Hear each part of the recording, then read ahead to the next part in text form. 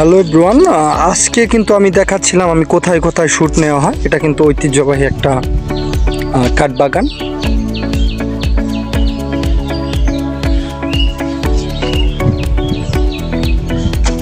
তো আপনারা দেখতেই পাচ্ছিলেন অনেক বড় কাঠবাগানটা। অবশ্যই লাইক করে, কমেন্ট করে এবং সাবস্ক্রাইব করে সাথেই থাকবেন আমার।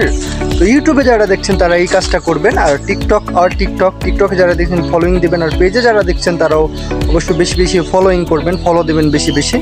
তো অবশ্যই ফেসবুকেও যায় ভিডিওটা, ফেসবুকেও লাইক করবেন, কমেন্ট করবেন। তো আজকে কিন্তু ছিলাম আমি ঐতিহ্যবাহী কাঠবাগানে। তো আজকে কিন্তু ওই ব্লগটা দেওয়া হয় না, আমার আগের ব্লগটা পেন্ডিং আছে। তো আজকে দেখি সেটা এডিট করে ছেড়ে দেবো, আর সাথেই রাখবেন স্পোর্টস অ্যানালাইসিস উইথ তুষার আহমেদ। তো পথে পথে যেতে যেতে অনুষ্ঠানের হোস্ট তুষার আহমেদ। ওইটাতে কিন্তু মহিষাসী যাওয়া যায় গাইজ। তো খুঁটিনাটি ভিডিও কিন্তু আজকে শর্ট ভিডিওই হবে। তো অবশ্যই ইউটিউবে যারা দেখছেন শর্টে বেশি বেশি করে লাইক করে, কমেন্ট করে এবং সাবস্ক্রাইব করে যাবেন। না একটা হলেও লাইক দিয়ে যাবেন, ঠুস করে লাইক করতে পারেন আপনাদের পছন্দের মানুষটাকে নিয়ে। তো তুষার আহমেদ মানে ভিন্ন কিছু। তো তুষার আহমেদ মানে নতুন ডেইলি ব্লগ। তো আপনারা দেখতে পাচ্ছেন এই কাঠবাগানটা কিন্তু অনেক দৈর্ঘ্য গায়েস, অনেক দৈর্ঘ্য। এটা কাঠবাগানটা অনেক বড়।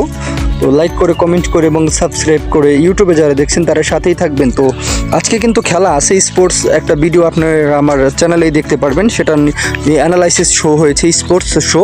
তো পথে পথে যেতে যেতে অনুষ্ঠানেরও কিছু কিছু ভিডিও আমি দেওয়ার চেষ্টা করছি, সেখানটাতেই পেয়ে যাবেন। আপডেট একটা ব্লগ চলছে,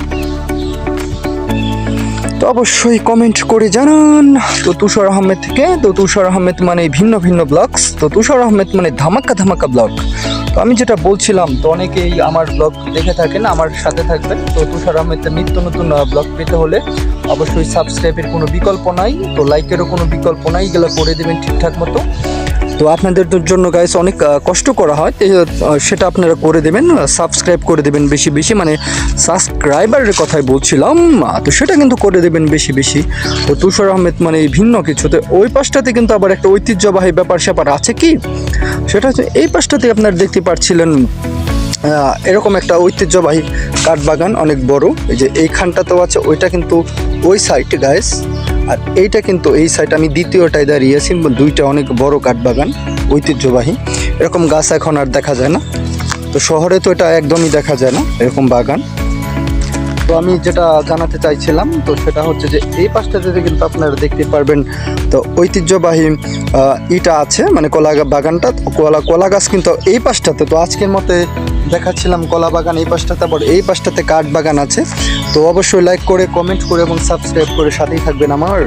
তো তুষার আহমেদ মানে ভিন্ন কিছু। তুষার আহমেদ মানেই নিত্য নতুন ব্লগ। তো ব্লগ ভিডিও আমার ট্যুর অ্যান্ড ট্রাভেলিং ব্লগ।